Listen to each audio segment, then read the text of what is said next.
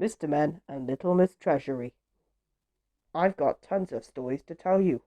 Come and see. There they are. So today's story I'm going to be picking is Mr. Tickle in a Tangle. Now, who does that extraordinary long arm belong to? Of course, Mr. Tickle. And Mr. Tickle's long arms come in very handy. They can reach kites caught in trees. They can answer the phone when Mr. Tickle is in the bath. But most importantly, they are splendidly perfect for tickling. Tickling people around corners, tickling people through upstairs windows, and even tickling people on the other side of letterboxes. However, there are days when those extraordinary long arms are not so handy. Days when they're nothing but a nuisance. Days like last Monday.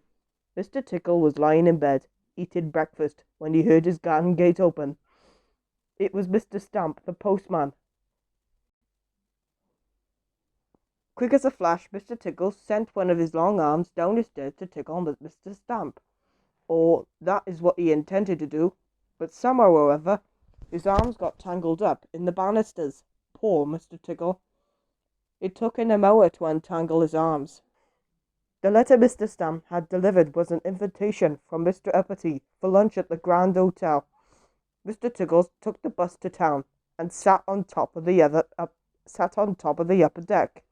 Mr. Tickle sent one of his long arms down the stairs to tickle the bus driver. But somehow or other, the ticket inspector trod on his arm. Ouch! Mr. Tickle arrived at the Grand Hotel and rushed through the revolving door. Or rather, he tried to, but somehow or other, his arms caught in the door. The fire brigade had to be called out to untangle his arms, by which time he had missed lunch. Oh dear. Poor Mr. Tickle. No lunch, and even worse, no tickles. It was a very sad Mr. Tickle who set off for home.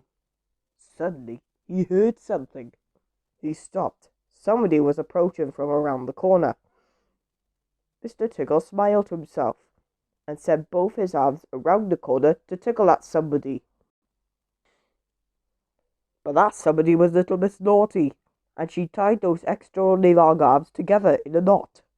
When he got home, Mr. Tickle fell back into his armchair. What a terrible day! Not one tickle. Suddenly he heard a knock on the door. It was little Miss Tiny, and Mr. Tickle stretched out one of his extraordinary long arms. Well, one tickle is better than none, even if it was only a tiny tickle. The end. See you next week for another story. Goodbye.